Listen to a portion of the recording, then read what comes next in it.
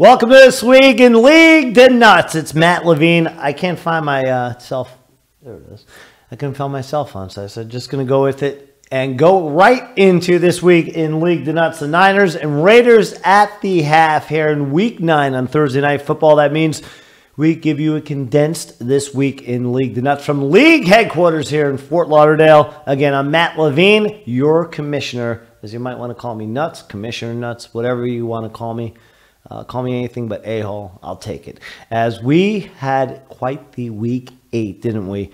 And it's no longer about finding an identity with your team or kind of seeing who you want to plug and play, where you're going to scrape guys off the waiver wire. That's more to come.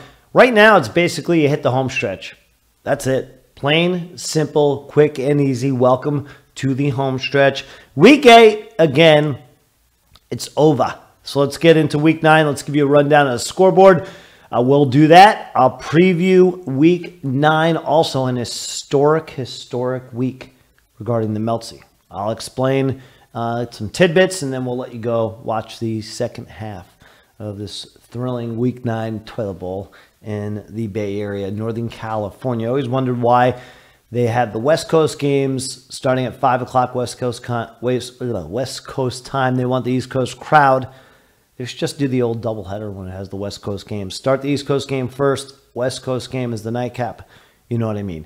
Anyway, Loopy took out yours truly. The Nuttstown Destroyers, 191-131. Loopy looking good, 6-2. Two-time League De Nutz champion. Sent me to the cleaners at now 3-5. Big day for Philip Lindsay, White, Latavius, 62 points. My running backs, ouch. Jekyll and Hyde. Duke, Carlos Hyde used to be teammates. Well, they combined for 9 points as Loopy gets the win by 54 points.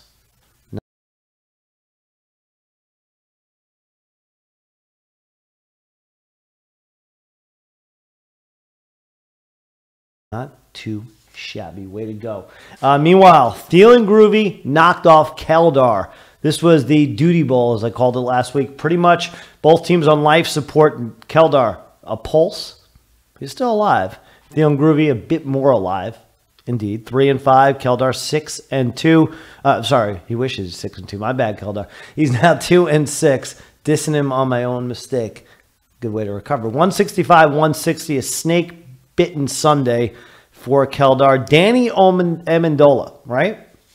Plenty of supermodel, hot chick girlfriends. Over Juju in this one. How about that? 16-8. That was the difference. Amendola averages 10 points a game.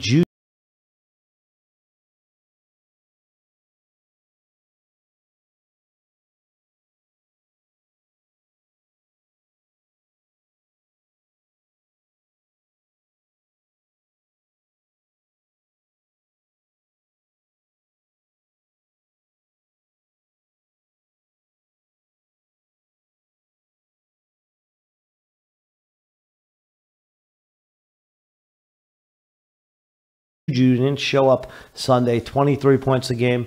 Go figure. The old school receiver over the new school receiver. You never know. Clark Kent, a win over Dingstown. When he starts the lineup, he wins. When he doesn't start the lineup, he wins. Somehow, he's 3-5. He's alive and well. Dingstown, defending champion, 4-4, 164-135.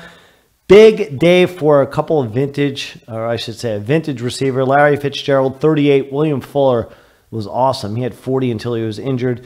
That was the difference as the wide receivers, the big shots for Clark Kent. Lights, camera, Kamara action. I always mess that up every week. Over Sheriff by a final 215-162. Lights, Kamara, the high scorer of the week as he's now 3-5. Same record for Sheriff. 4 guys over 30, including the quarterback. 40 from Deshaun Watson. Plenty of guys over 32, but not enough of them for Sheriff, including James Conner and Marvin Jones, 42 respectively in the loss. 153-100. Footnote that 100. The final for Yonkers over Smash. Yonkers, 2-game lead in the Haganah over Smash is struggling. 3-5, the big three. Trubisky, Gurley, Joe Mixon.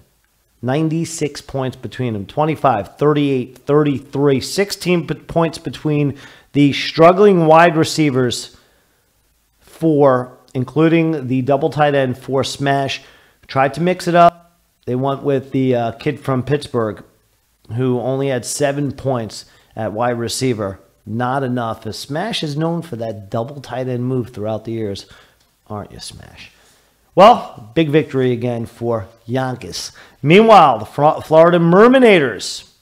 Another victory, by the way, by Mike Evans. Huge for the Mermanators. 6 catches, 1 touchdown reception. I think any given Sunday, he's the best fantasy football player out there, period. And I've said that before. Wild game, 37-34. Evans falls in Cincinnati.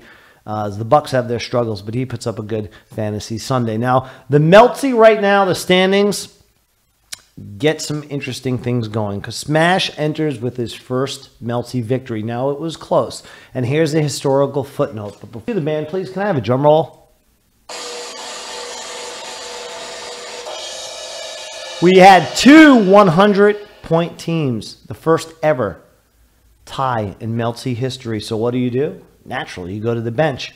And how about this? The bench wins it for the Polk High.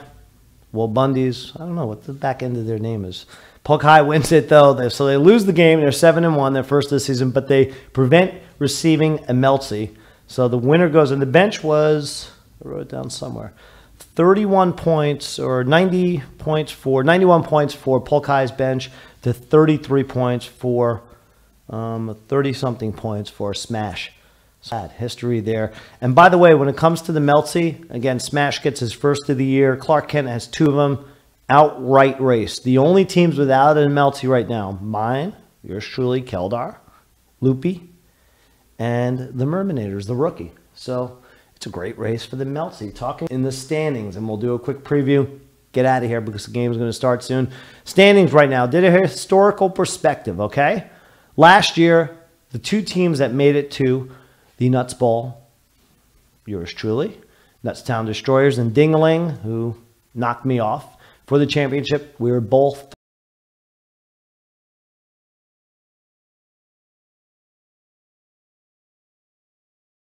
3-5.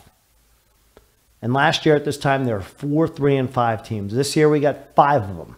We've got 2 4-4s, 2 5-3s. And I mentioned Polk High running away with things right now at 7-1. The best team we had, best mark last year, I didn't write down who it was. I forgot to do that. But there was one team, I think it may have been Smash, that was 6-2 this time last year. So a little bit of historical perspective. What's it all mean? Anyone's alive, especially if you're 3-5 based on last year. So don't frown. It can all be turned around. Parity is the name of the game. So week 9, again, this is where you find out where who the men are and who the men are and who the boys are, and you find out basically who's ready for the home stretch. So the first game to preview, my game, 3-5 against 3-5. Thielen Groovy, a 5.5-point favorite, will take on the Nuttstown Destroyers. A couple underperforming tight ends in this one. I think that'll be different. Gronk against Jordan Reed. Gronk averaging 10 a game. Reed just about 8 a game. Tight end's difference maker.